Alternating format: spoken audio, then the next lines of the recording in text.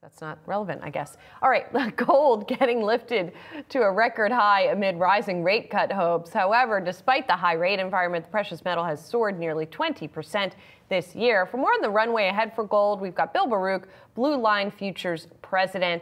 Bill, it's interesting here because, you know, on the one hand, we see so-called digital gold, crypto, Bitcoin surging, but that's more because a Trump administration is seen as being more favorable to it. Gold is just gold, as it's seen as a haven. So, what is going on here? Explain it to us. I mean, you're getting some that haven as some economic data has begun to deteriorate. I think the latest push on the heels of the CPI data that did show a little bit of disinflation. Now, I think too, as the Fed is being priced in to cut rates, I've been saying 3 cuts pretty much all year, and you're starting to see that third cut appear with a better than 50% probability. Once they start to cut, they typically kind of stay at it, and gold has averaged a 6% return within the first 30 days of a Fed cut. So I think we're starting to see maybe some of that pulled forward a bit.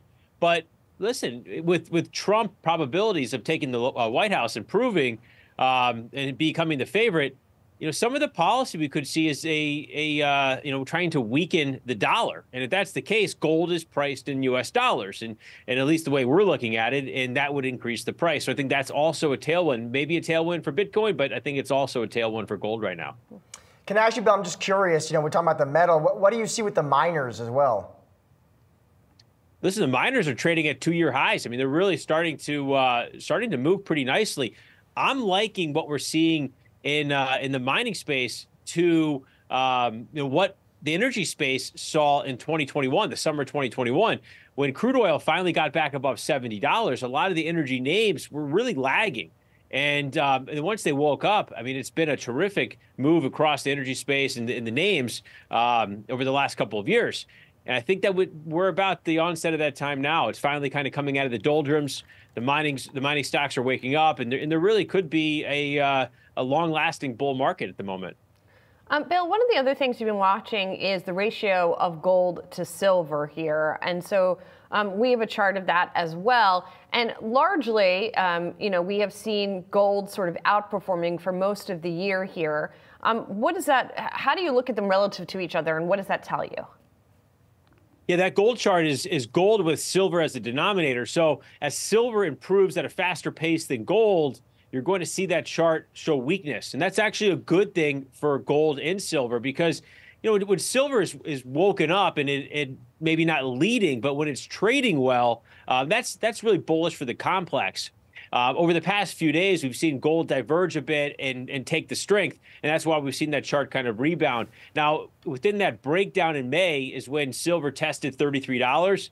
Ultimately, silver's really trading on a lag to gold more than anything. I mean, it's had that rush of above 30 where it tested 33 early part of May. But I think silver should be trading $35 to $40 with gold what it's doing. So there could be a bit of a catch-up trade here, and that's really how they work best is when they're working together. So if silver can really wake up a bit and play a little bit of catch-up, get to $35, we have at that point would certainly have a clear breakout in gold. And some of my technicals looking back at this decade-long consolidation in gold can really say that gold should be testing $2,800, $2,900 when this move is said and done. Bill, we're talking about different variables affecting the metals here. What about seasonality, Bill? Is this generally, typically a supportive time for metals? Yeah, absolutely. I mean, you look at the prior month finishing up in June is sometimes a lagging time for metals, and they don't perform. But when the onset of July takes place, it's usually game on, and we can see really strength into the autumn. And I think that's something that we've begun to see in the precious metals. But you look more industrial, copper hasn't performed very well. It's really struggled. Some of the others like platinum and palladium, certainly aluminum is looking pretty ugly right now. I think they all can turn. One of the reasons why the more industrial space is lagged is look at Chinese GDP. Earlier this week on Sunday night, U.S. time, we saw Chinese GDP miss expectations, and the Chinese yuan has continued to weaken against the U.S. dollar. It's certainly sort of exporting deflation from China in a sense, and that weighs on the metals.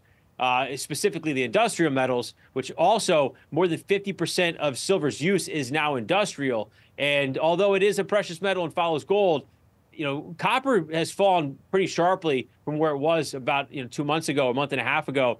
And right now that's been weighing on silver relative to gold. Bill, always great to have you on the show. Thanks so much for making time for us. Thank you. Thanks for having me.